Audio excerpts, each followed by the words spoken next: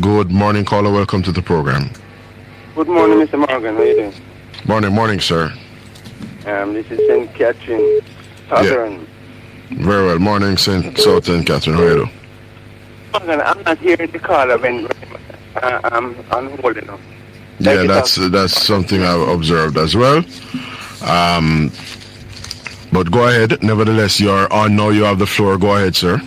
Okay. Mr. Morgan, Miss Morgan,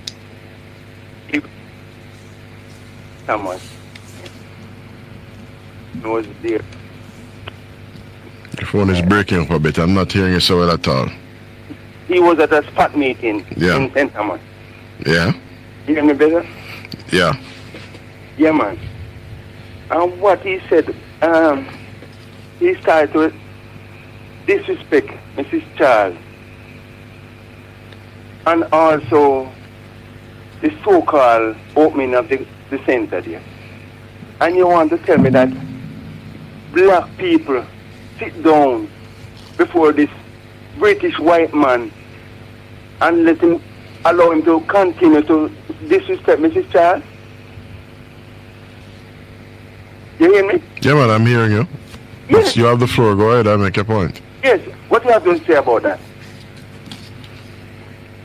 I spoke at length on that matter last week, but just to reiterate, that urban center, the very discussion we had with Michael Stern of the Factors Corporation of Jamaica a while ago, underscores precisely that. The urban center in Morant Bay is not the figment of anyone's imagination. It is a live, real, and tangible development. So for the opposition leader who is seeking to represent people as Prime Minister in this country, to be characterizing it as a so-called center, and for him to be doing so in front of a group of people in Bath, St. Thomas, who themselves will be benefiting from our job opportunities and other opportunities at that very center. I think it leaves much to be desired, sir. Mr. Morgan, you see, anywhere where kids can run to you and women can run to you and hug you up, that means you know smell good. Well, I can't go down that road on national radio, sir. Keep your discussion sensible. We can't afford to do like the people who wear another color. We keep our engagement sensible and on point. In? Yes, sir. Listen to what I say, and you will know how to engage. Okay, no problem. Sorry. So how anybody smell is for them and them wife business. That is Sandra's business, not yours or mine. Anyway, Mr. Dennis Strong, I'm asking a question. Mr. Dennis Strong was employed to DPNG as their financial controller? I know he was employed. I don't quite, I'm not so gung-ho or apprised of his specific capacity, but I know he was in the employ of DBNG and other entities in the private sector, such as JMB, I gather, as well. So he has served a number of private sector entities, and quite curiously, the very Mark Golding and Peter Bunting affiliated entity is an entity at which Dennis Strong would have served in a dispensation past. So yes. So Mr. Strong knows something, why they have just turned their backs on Mr. Strong like that, he knows something. I'm curious. Well, I've heard that, I've seen that kind of speculation and narrative on social media, i.e., given Dennis Strong's engagement at DBNG and perhaps his intimate knowledge of, details considering Mark Golding and Peter Bunting's affairs, they may not want him to be in a position of this nature. But knowing the professional I know Dennis Strong to be, he would not be engaged in any witch hunt, notwithstanding the invectives that have been hurled at him by Peter Bunting in particular, and the criticisms that have been leveled at him by the PNP in general. Yeah, Mr. Strong is a well-respected guy, whether PNP or JLP, so I don't know. And Mr. Phillips now, Mr. Michael Phillips. Why has he turned his back on his father and aligned with the risers who damage his father's reputation? Why has he do that? I don't know. Can you say anything about that, Mr. Morgan? Well, in short, politics is about survival, and politics often is about incumbency.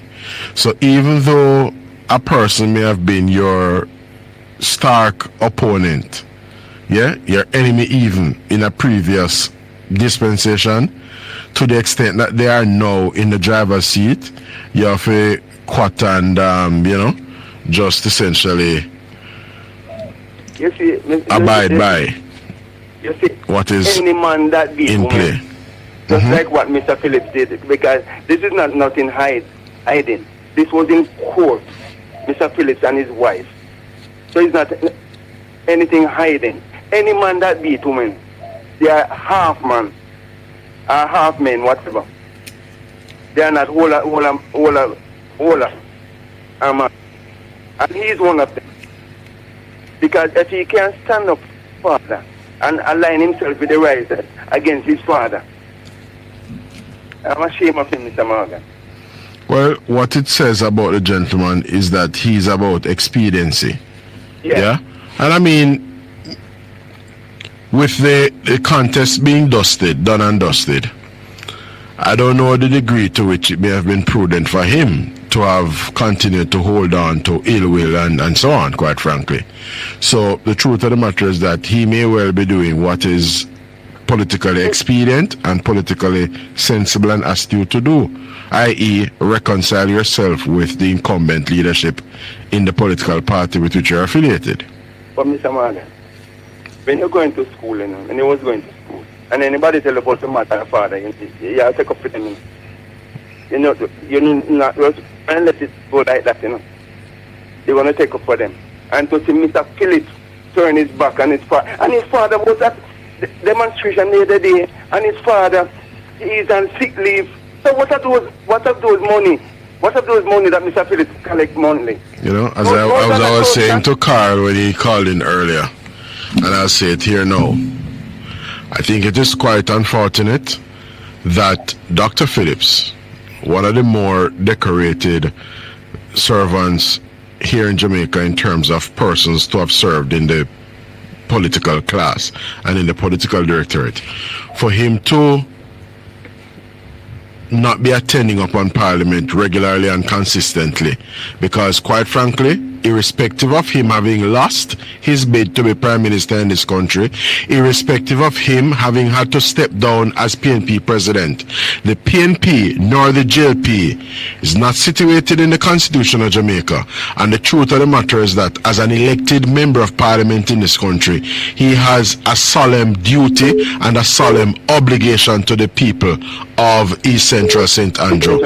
And Dr. Phillips has been reneging, as it were, on that obligation. Can't find time to come to Parliament to advocate for the good people of St. Andrew East Central, but can find time to run up his mouth, down at Hero Circle, firing all kinds of verbal shots at Dennis Chung.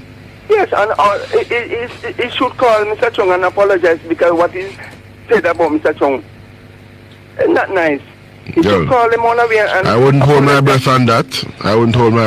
You may do so if you wanna. I wouldn't hold my breath on that. But thank you for your time. One other thing there. So St. Catherine, pick up that point tomorrow. We have lots of time. We have tomorrow. Okay. Hold that point and deal with it tomorrow.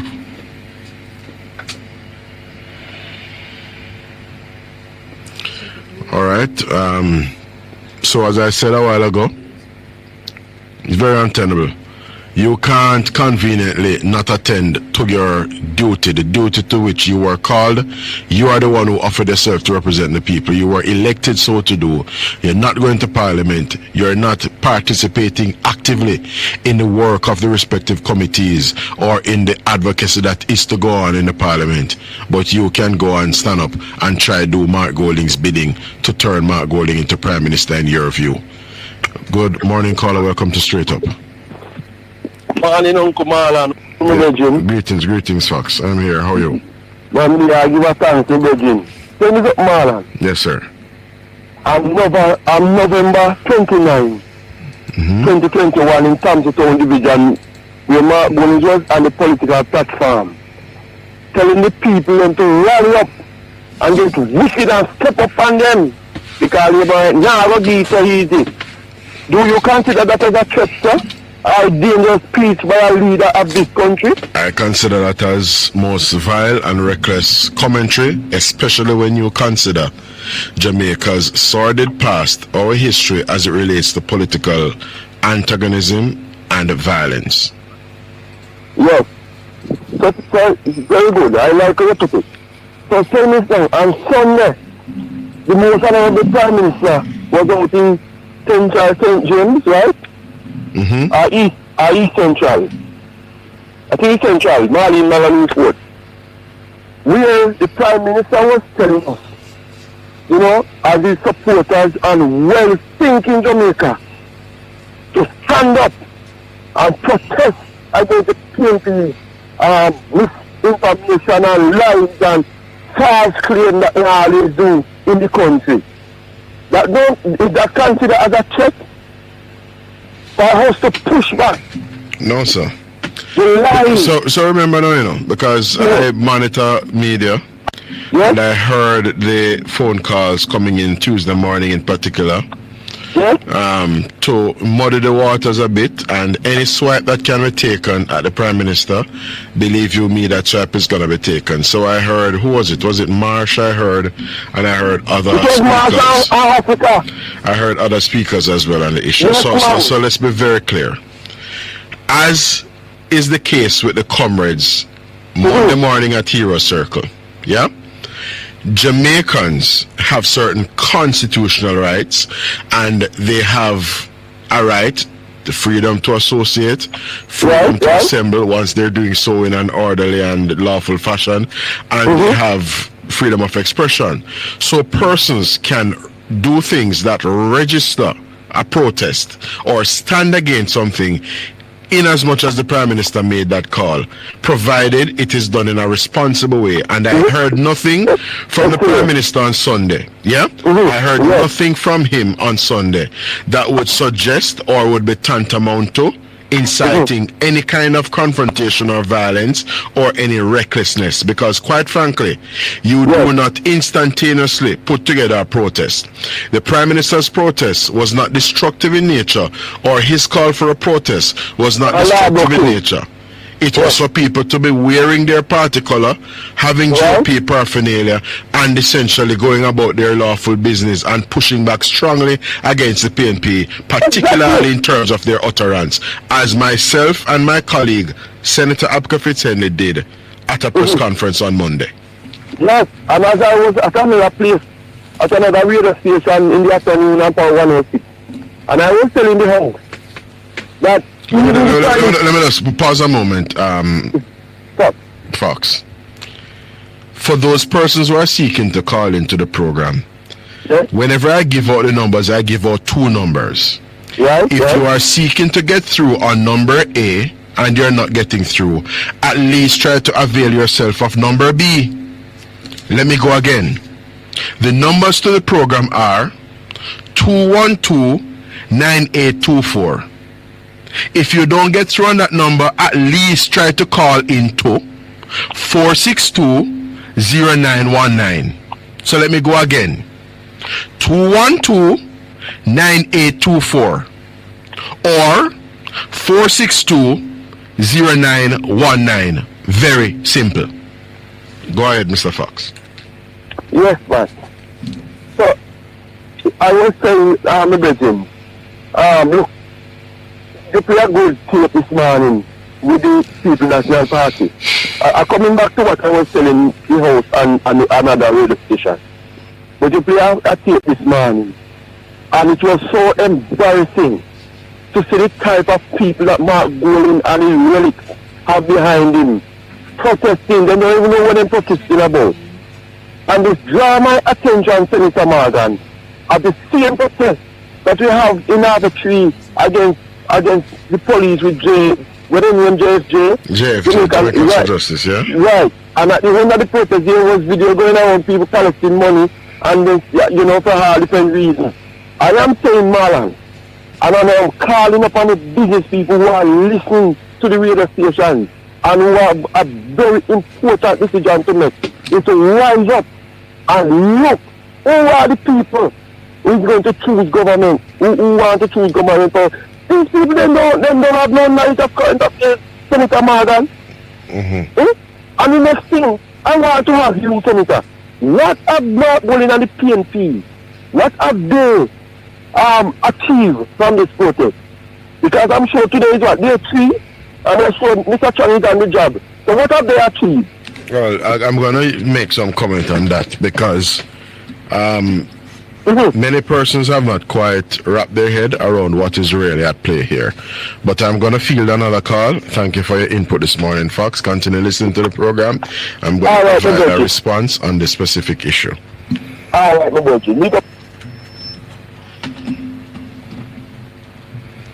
All right, we are running to the phone lines. Good morning, caller. Welcome to Straight Up.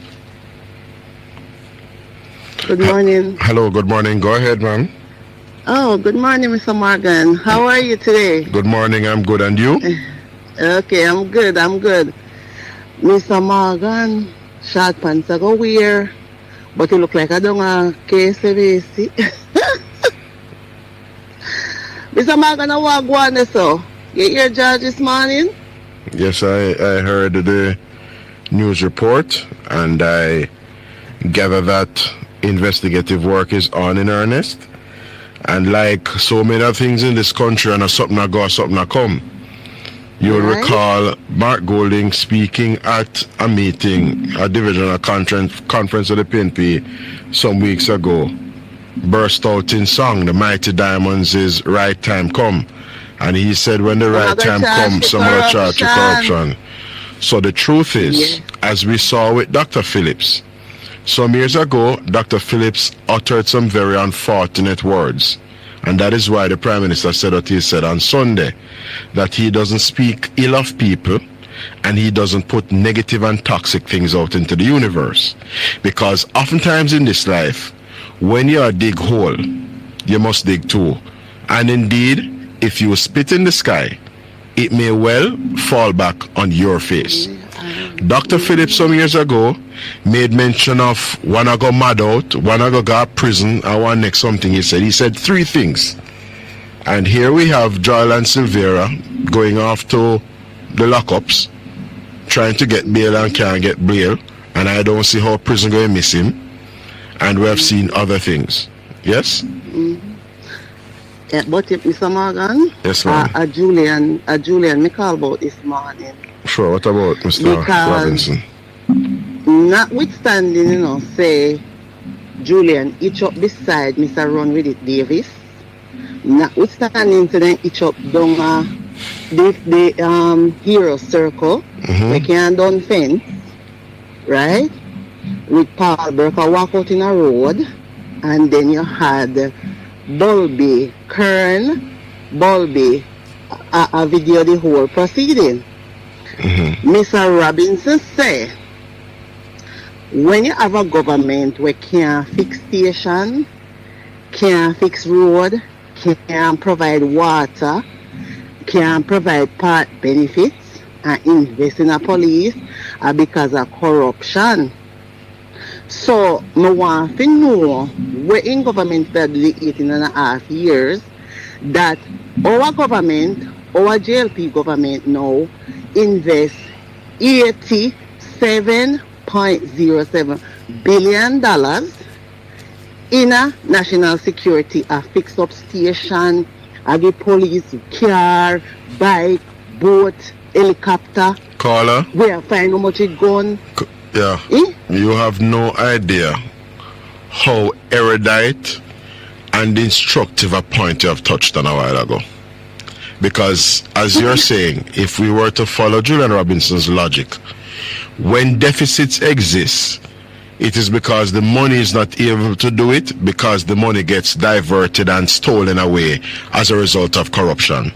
So when you put past PNP governments beside this government that is delivering a host of things as you have just named out, yes? Yesterday, caller, the Justice Minister. He made his contribution to the sectoral debate. By the way, the Gleaner didn't see it fit to cover it or carry anything from it this morning. But on page 2, they have something from Angela. 3 people spoke in the Parliament yesterday. Robert Morgan, Delroy Chuck, and Angela Brown-Burke. Nothing from Robert Morgan or Delroy Chuck, 2 ministers of government, with very important things to say and updates to provide. Those things didn't come on the news. What is on page 2 of the Gleaner this morning is something said by Angela Brown-Burke, the 3rd speaker yesterday, the opposition spokesperson. But just to be clear, ma'am, Delroy Chuck, based on his contribution to the sectoral debate, indicated the number of police stations, not police stations, courthouses rather, that have been retrofitted and are in a first-rate state right now. Others are to come on stream. He also mentioned how the backlog has been cleared up. There's almost no considerable backlog again in our parish courts in particular. 2% is what the backlog stands at present. And Robert Morgan indicated how much money is being spent on both the capital side and from a recurrent standpoint. Whereas when you compare it to what happened when the PNP were in office, it is a clear case of chalk to cheese.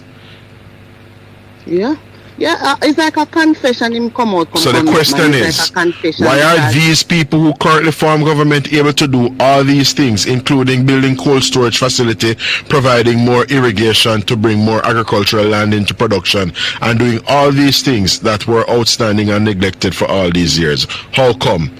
Is it that we should follow Julian Robinson's logic and put it down to corruption?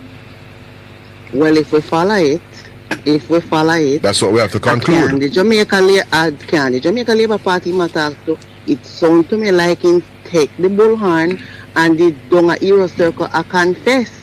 It sound like that to me because the Jamaica Labour Party will invest over $45 billion in a spark program. We have a REACH program, part benefit increase, the water. The Cornwall Regional that was languishing. The Cornwall Regional. Yeah. The water clinic them will get bill. I can't the Jamaica Labour Party matter too. The reverse income tax credit, the solidarity program we soon roll out. I can't this government matter too. You mean the government that instituted a social pension for persons aged 75 and older? The Jamaica was it Mr. Simpson Miller's administration that did that? Was it Patterson's administration that did that? Absolutely so not. So the idea is this: when you consider the program for the children. Sorry, Mr. Morgan. Go ahead. The children. The Jamaica Hope Trust Fund the Prime Minister established for the children them who grow up as wards of the state. The wards of the state when they turn 18. I can't this government matter about. Yeah. So then like come and then like talk and then I realize that when they speaking of this guy far right back in the day, I confess Julian Robinson go down there go confess him go stand up beside Omar Davis if they did ever give him the bullhorn. God know where him mother did say. Because remember when they were there, what happened at heart? You'd have to dip in your pocket and so on, right? There was no support for traveling and so on. So the things that are happening now, the public funds that are being utilized for certain things by the incumbent administration, their opponents who previously served as government did not do those things. No, they didn't, because somebody who tried to go into the hard program before and they had to meet with the person to find out how they're going to find their way to school and back home. So they used to basically have like mini interviews. How are you going to able to be sustain yourself and sustain the program? All right, well, we're out of time. We're out of time, caller. I really want to thank you for your intervention this morning. Do have a good rest of the day. We are running to the NPR News at the top of the hour. Stay with us, listeners.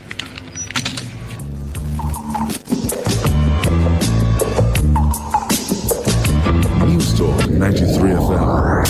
Heard everywhere.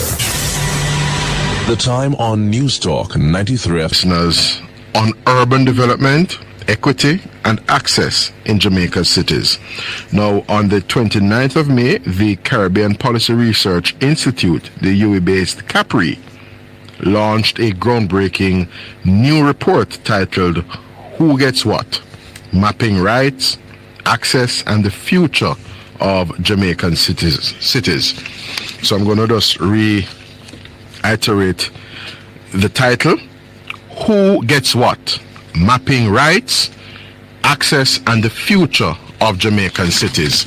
Now, this, listeners, is the first publication on the Capri's new One City initiative, and it introduces the Urban Integration Index, a comprehensive tool that maps inequality and spatial inclusion across some 173 communities in Kingston, St. Andrew, St. Catherine, and St. James. The report uses 14 key indicators from access to water and electricity to healthcare, mobility, and legal land tenure to provide a clear picture as to who gets access to what in our urban spaces. Joining us for the discussion on this issue is Mr. Alexander Coswell. He is research lead on the One City project at Capri. Good morning and welcome to Straight Up, Coswell. Mr. Coswell. Thank you. Thank you for having me. Good morning.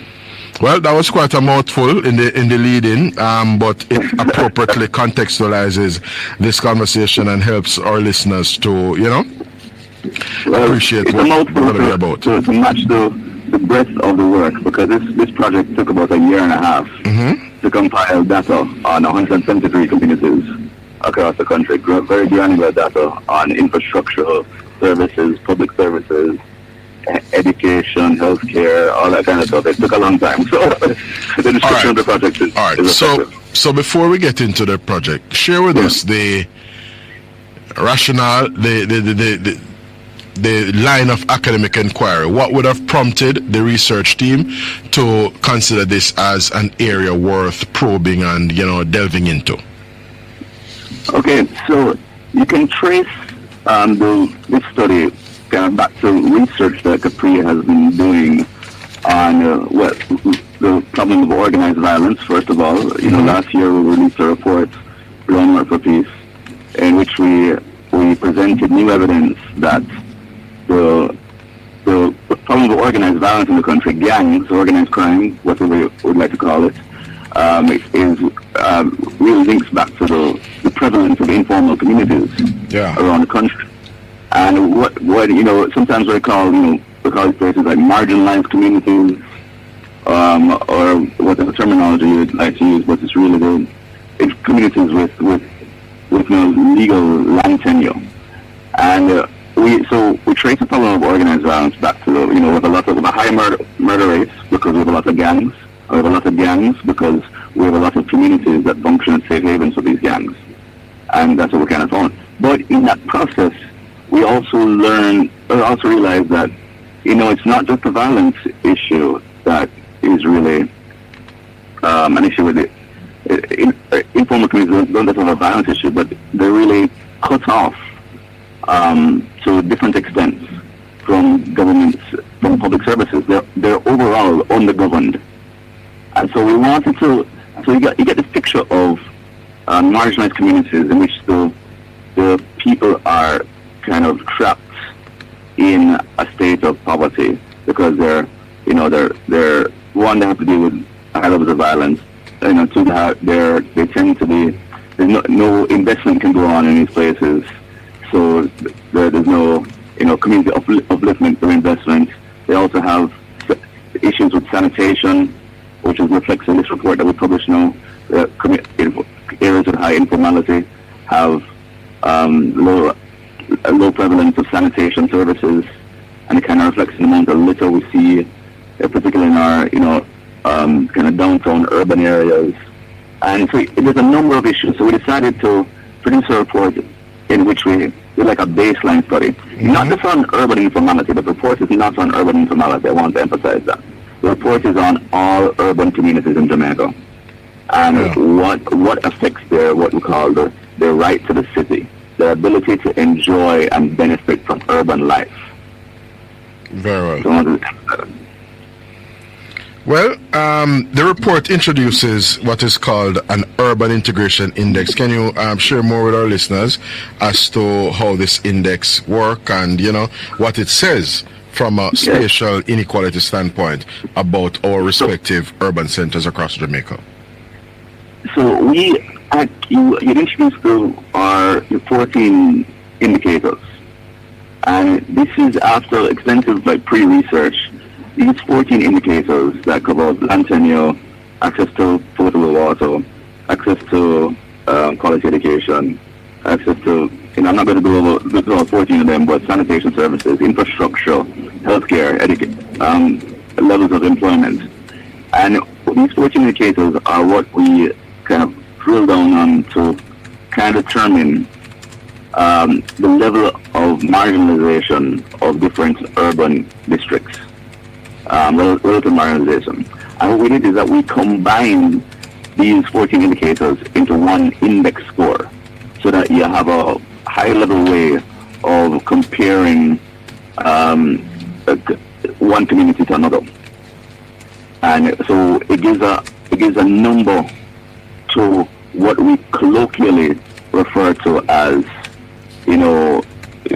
marginalized communities or formal high-income communities. And it gives objective numbers, and you realize that because there's varying levels of access to different kinds of infrastructure, but they tend to correlate. And once we have a number, an indicator, then we can set a benchmark. Okay, what are the different service improvements that need to happen in this particular community to move it up the score, so that it can be what we consider fully integrated into mainstream society? They're no longer marginalized. These communities are part of mainstream society. Yeah. All right. And then how do the disparities in access, like services, accessing services like, water, sanitation, electricity, and so on, how they, affect the lives of the stakeholders, particularly residents in some of these under-resourced communities, as you have suggested in the study? Well, so one thing we found, and which didn't surprise us, was that we did quantitative analysis to determine which of the indicators are the most impactful on the rest. And what didn't surprise us was that informality, the percentage of a community that is made up of informal settlements, the percentage of a district that is made up of informal settlements, is highly predictive of the overall integration score. So that didn't surprise us. But how would it impact the lives of people? Well, what's also shown quantitatively is that the level of informality also predicts the level of employment and income. And that's, as I mentioned earlier, that informality is also a barrier to investment in these spaces. It's harder to, own land in these spaces, so that it's harder to create a business, and it would impact the life potential on future income earnings of people who live in the highly informal areas. Mm-hmm. So that's one way. Another way is just basic access to the city. Mobile. So other than land tenure, what we utilize is a novel method called space syntax, which allows us to mathematically grid or assess the street layout of all our urban communities, and or to assess whether they conform to a grid structure or a kind of tree-like haphazard structure, which characterizes a lot of informal spaces, but not all. It also characterizes a lot of formal spaces that are in the mountains, or in hills and whatnot. But what came out of that is that it's clear that grid structures and streets make mobility across the city easier. Yeah, more access to public transportation, which again doesn't really surprise people. It makes sense. If you live in a one-off road, it's highly unlikely to find lots of bus stops there. But it's not just your future prospects that are determined by where you live, but it's your ability to enjoy the city at present. It's your ability to go around the city. And also we found this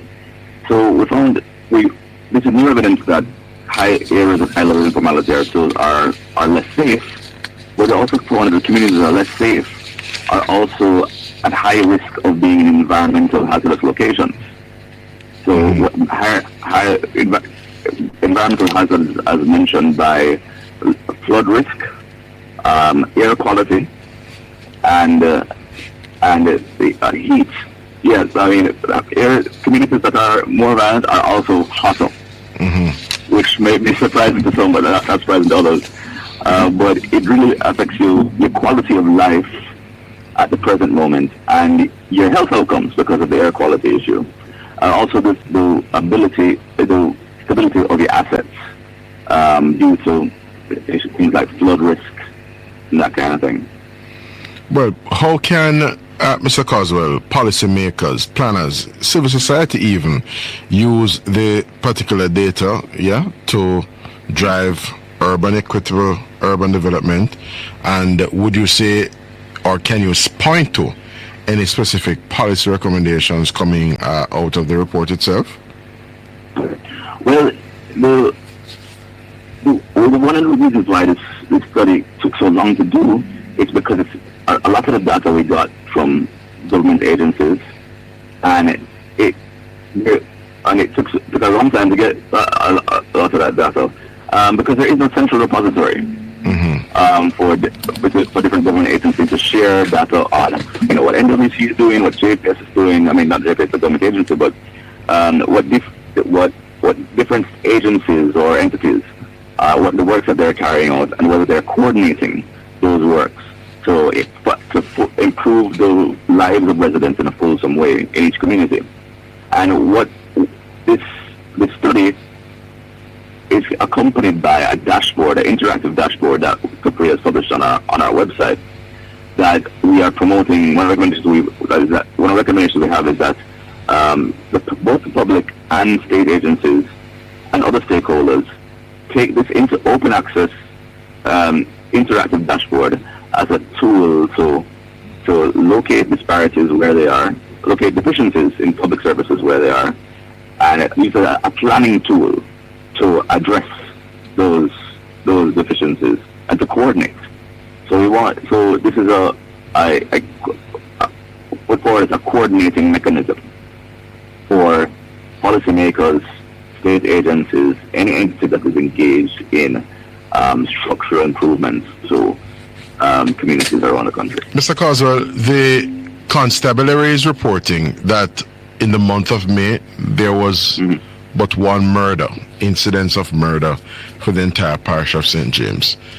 When you consider, and having regard to the work that would have been undertaken in this space, meaning this One City Project study, how game-changing and transformational do you think a development like that is in terms of serving as a new lease on life, given what that space in particular would have had to grapple with over many, many years? I mean, we know that the level of violence in this country we have experienced for over 30 years, constantly, is one of them, is probably the greatest force holding the country back in terms of development, but also the people that are life prospects of individual residents. I mean, safety is the number one critical concern. Yeah. So this is game-changing in the sense that, remember I mentioned earlier, Jamaica has a violence problem because we have a gang problem. Gangs are the main reason our murder rates are so high. So if you're focused on dismantling gangs, then you're going to bring down the murder rate. But remember, the other side, other part of the equation is that we have a gang problem because we have a lot of communities that function as safe havens for gangs. And this is mainly the urban informal communities. What that means is that if we don't focus on regularizing, formalizing those urban informal communities, then there's always the potential and likelihood for gangs to reemerge, because gangs provide a form of informal governance where the state is absent. Yeah. So we could, theoretically, this is just being, but theoretically, we could lock up all the gangs, tomorrow, and the murder rate would drop to almost zero, like in El Salvador. Like it would drop to zero. But it wouldn't stay that way. After some time, if you don't fix the underlying issues, such as urban informality. The gains wouldn't be sustained. It would be sustained. Gangs will emerge, new dons will rise to lead, become area leaders in these spaces, and that's that. So what we need to do, so while it is commendable and a good sign that we have brought the murder rate down so precipitously, the government also needs to be committed to making the urban landscape less susceptible or less hospitable to violent organized crime, and that can be done. Very well. While at the same time improving the quality of lives and access of members of our what we like to call marginalized communities. Indeed. And in the final 3.5 minutes we have in this segment, Mr. Coswell, what would you say are the next steps from a Capri standpoint as it relates to this One City initiative, and how can the public or other critical stakeholders stay engaged having regard to your body of work going forward? Okay, so the One City project is a Capri-led consortium project. So it's not just Capri, it is Capri and our research partners, Slash Roots Foundation, which is another local entity, Mona Geoinformatics, another local entity, and Fight for Peace. And we have all come together to examine different aspects of urban governance in Jamaica with a view to improving the access and prospects of the next generation. So it's a youth-focused project. And so this represents the first of 6 studies in this project that's going to be undertaken by our consortium partners. And so you can look out for further studies based on urban governance mechanisms. So we have a study coming out in July that's focusing on particularly on urban governance mechanisms and how participatory they are, and how inclusive they are for youth in particular. And then we're going to look at deeper dives into what we call securitized communities that have a reputation for being violent and have a high levels of security presence, and see how, because these are also would be our most marginalized spaces, and to see if we can focus on the deep needs of these communities and how the state can, both state entities and NGOs can help meet those needs, to give the youth in these spaces a better chance. Right? And we're also going to be looking for different aspects of digital public infrastructure. So, call it like Jamdex, NIBs, and to really evaluate how effective they are at increasing access among Jamaica's youth to government services in particular. Financial access, access to it all comes back to the right to the city. So how good these forms of digital public infrastructure are, so integrating all Jamaica's youth into mainstream society and giving them the best shot at reaping the benefits of urban life. All right. When you say Jamdex, for the benefit of the listeners, Jamdex is the Jamaica digital currency.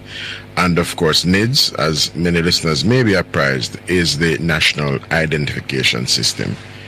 So really want to thank you, commend you first and foremost for the work and the discourse to which this work is contributing, Mr. Coswell. Thank you on the team there from Capri for this particular undertaking. Thank you for having us on. All right, very well. So that, listeners, was Mr. Alexander Coswell. He is the research lead for the One City project. And this is something that was, Capri-led, that being the Caribbean Policy Research Institute, which is situated here at Mona. We're going to go to the break just now. Now, before we went to the 10 o'clock break, I had played the first part of what is called a What's on My Mind feature from Tana Thomas of Nationwide News Network. I have the back end of that particular bit of audio.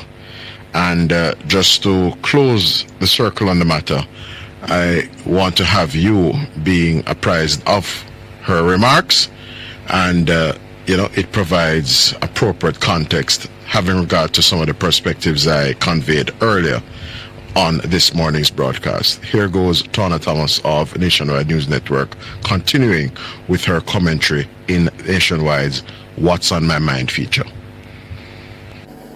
Third point this morning. The argument is being maintained by the opposition that Dennis Chung isn't qualified for the post because he's a mere accountant who doesn't have the traditional law enforcement background. On that score, the facts should be our friends. And the records listeners will show that at least 4 of his predecessors have come to this post without any traditional law enforcement background. And here are the facts this morning, because some of you won't go out there and find the facts for yourself. It's important for me to use this space, this microphone, to tell you the facts. 2008, or about 2008, Sharon Crooks served as head of the FID. She was a public servant, a UTech graduate who studied accounts and economics. She had a master's in business administration from Nova Southeastern University in Florida. Number 2, 2008 to 2010, Pamela Folks, Principal Director and Chief Technical Director of the FID. What was she, George? A chartered accountant. Oh yes, a mere accountant. Yeah. Folks held a master's degree in finance and international trade as well from the University of the West Indies. Number 3, Robin Sykes, from November 2014 to 2019, I believe the longest serving head of the FID. Bachelor's degree in law from UWI Cave Hill. Master's in business administration from Manchester Business School. Certificate of legal education from Norman Manley Law School. And at number 4, he was acting in the position, the latest one you're familiar with perhaps, August 2024, Ordinor Tucker, Acting Director General of the FID, Master of Science in Telecommunication Policy and Information Management from UWI, Bachelor's of Science in Computer Science from UTech. Are you hearing within this anybody that was in day-to-day law enforcement duties? I'm not hearing that. Those are their qualifications. They went through the selection process just like Dennis Chung and led the FID. And again, no 2 of them were accounts majors. So this qualification argument the PNP is trying to sell, to my mind, is baseless. It's not compelling. Fourthly, turning my attention to the criteria adjustment argument. Original criteria had law enforcement requirement and then the second one didn't.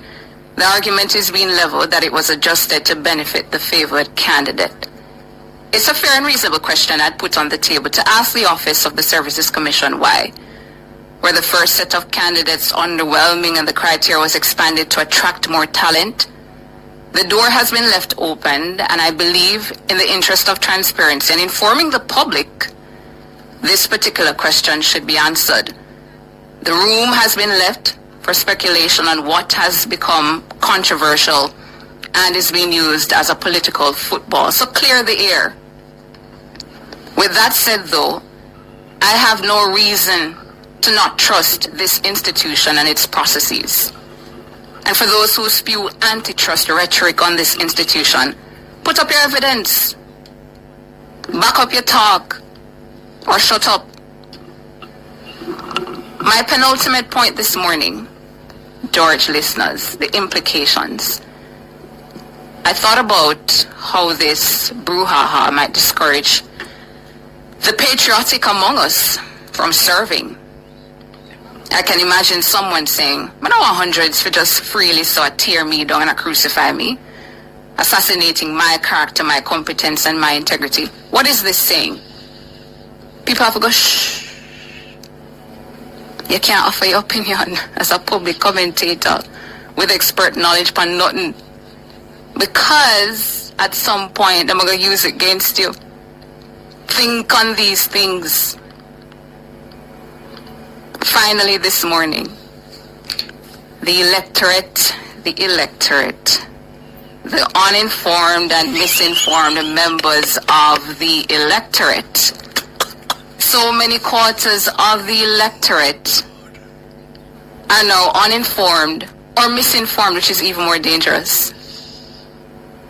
The electorate, an electorate that is easy to manipulate, and then democracy is blighted when we aren't informed, when we stay uninformed, when we accept misinformation, and when we blindly follow without reasoning out things for ourselves. Why am I leaving you with this? Take a watch of this video. Listen. Rather, listen to this audio. The protesters seemed confused about what exactly the protest was about and the functions of the FID. You have a placard saying Dennis Chung and the FID. What do you know about the FID? Well, I don't know. But you know, I'm here for a change. He cannot lead the FID. He doesn't have the qualifications to lead the FID. Why is it that? What do you understand about the agency itself? I don't understand about the agency, but all I know is that the man only can account. I know it was an organization that was formed to politicians to declare the assets true. Chung don't support it. That's the Integrity Commission though, not the FID. You just mentioned one. 6 hours after, I'm not sure. But that's it. Why Chung must know? Because he's not qualified. So why do you say the agency is corrupt? No, they don't investigate no crime. They investigating corruption. That is. I'll leave you with that this morning. That's what's on my mind. That TVJ reporter, we need to congratulate her. Good morning to you, Kelisha. That was outstanding, Madam TVJ reporter. Kelisha. Yes. Yeah, man, Kelisha. That was very, very well done. Well. Tana Thomas was so spot on in that opening, in that bit of commentary that I took note of it Tuesday morning, and I sought to capture the audio so that I could play it for your benefit here on the program. We have the phone lines open, callers. If you are seeking to reach the program, it's 212-9824, and there's also, beg your pardon, 462. This is the other line, 462-0919. So the two lines are 212-9824, and there's also 462-0919. And I must say good morning to Mr. Marsh. The public would have seen him in his element. Yeah? One power like how dry peas want water down there at the National Heroes Park. I wonder if he was able to get a few words into Dr. Peter Phillips and implore him to attend to and set about the people's business. It cannot be that we don't find time for the people who elected us and sent us to the parliament, but there we are, finding time to stand up in the hot sun, in the Saharan dust, in furtherance of a protest being staged by our party. And so they protest in relation to Dennis Chung. I wonder if they're going to protest in relation to this matter. The news came through this morning as to a development in what is this deepening Lawrence Rowe PNP corruption scandal. The Kingston and St. Andrew Municipal Corporation is at the heart of this particular PNP corruption scandal. And there is a new development, another chapter yet in this ongoing saga. Yes? We saw reports from Nationwide News Network this morning, which essentially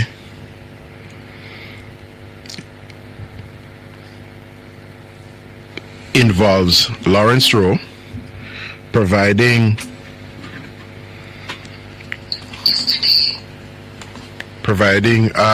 the police with information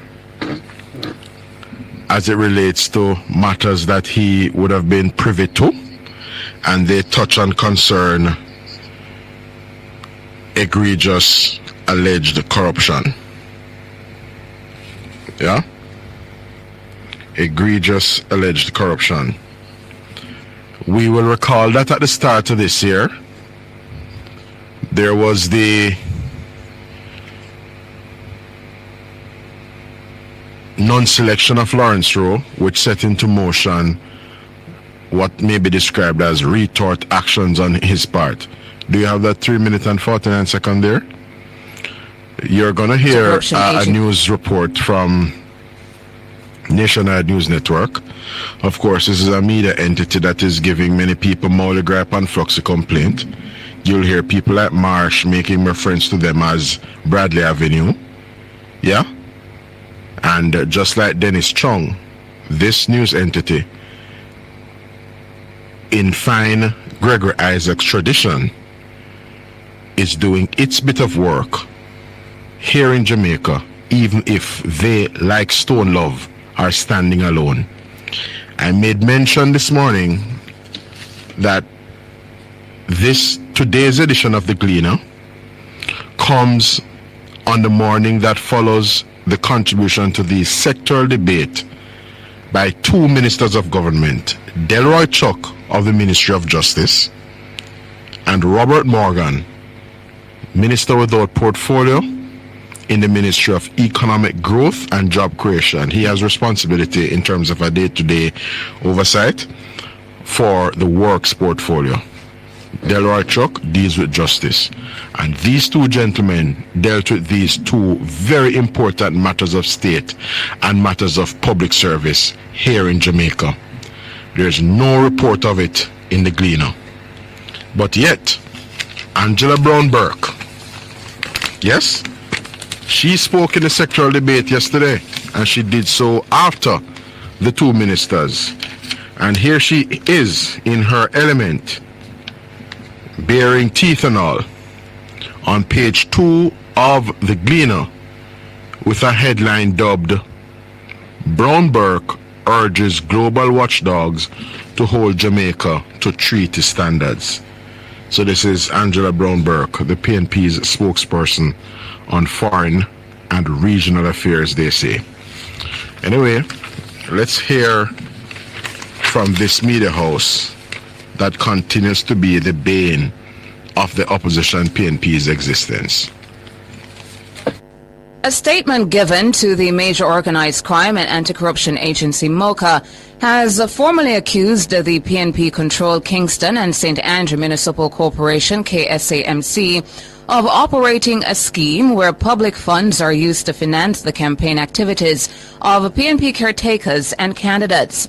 The 6-page statement also accuses the KSAMC of issuing some of its budgetary allocations to PNP representatives for their personal use. The statement was given by former PNP caretaker for Central Kingston, Lawrence Rowe.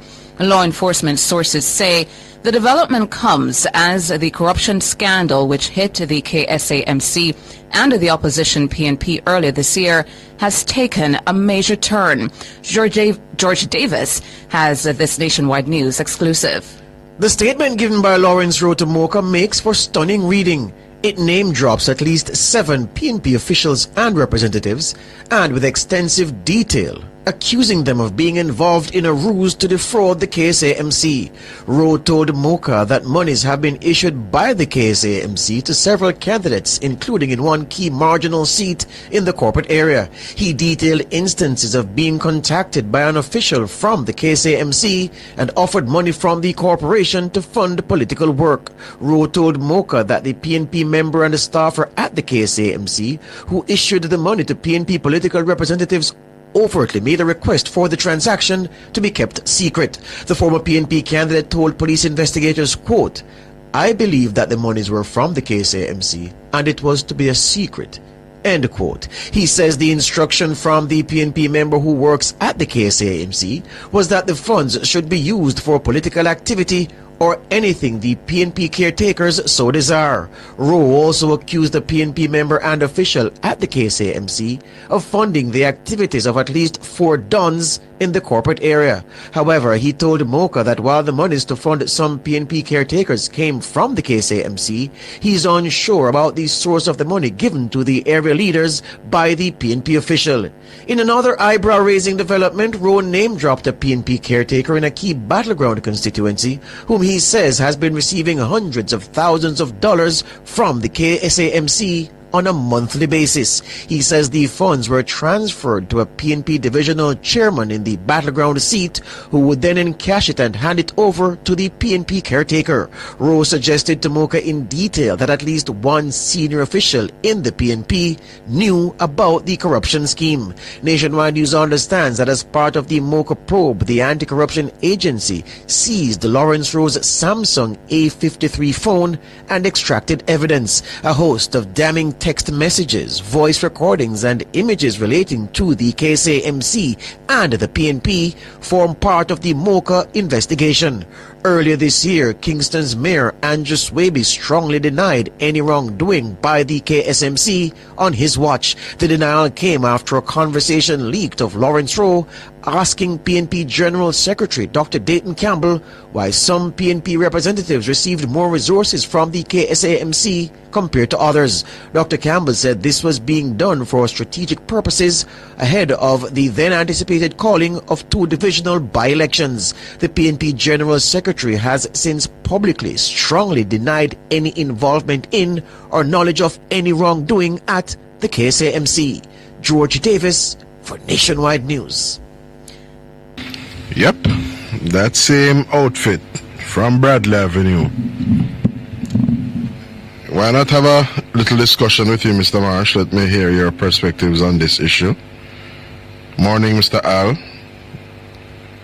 Any of you wish to or electing to chime in? You know very well and fully well the numbers 212-9824 and there's also 462-0919. Feel free to hit me up and let me hear you wax warm, Mr. Marsh, in as much as you were waxing warm in the vicinity of Hero Circle. You see, the truth is, we often have and have had allegations of corruption here in Jamaica. What really matters is that it is very important, especially in an environment of low trust and allegations of corruption, as we have had it here in Jamaica, for us to have systems to appropriately investigate, ferret out, and hold people to account vis-a-vis corruption. There is no credible claim that can be made that on the watch of this government and on the watch of Andrew Holness, corruption has been allowed to either take root or manifest with impunity. I'm going to repeat that because it bears repeating. No credible or compelling case or remark can be made to suggest that on the watch of this administration and the incumbent Prime Minister, corruption has taken root or has been able to manifest with impunity rather.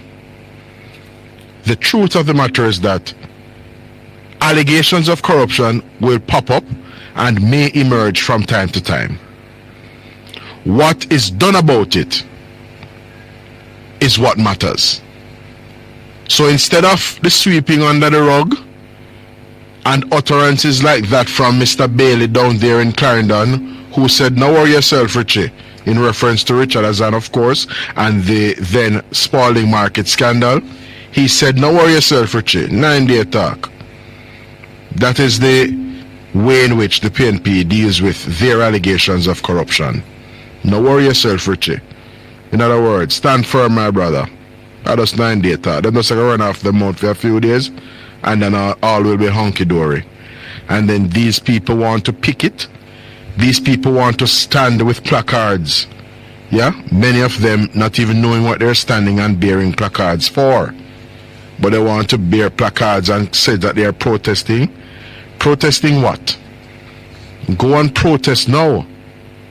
In the precincts and in the vicinity of the Kingston and St. Andrew Municipal Corporation. Your mayor, the mayor of Kingston, Andrew Swebe, the council for the Vineyard Town Division of the KCMC, is heard on tape, among other things, explaining and justifying his actions in relation to use of resources to gel up the thing and grill up the thing. Tell us some more about that now, Mr. Swebe. What you gel up? Are you making reference to taxpayers' money? And what you grill up? Because you're basically referring to grilling up the PNP's political fortunes.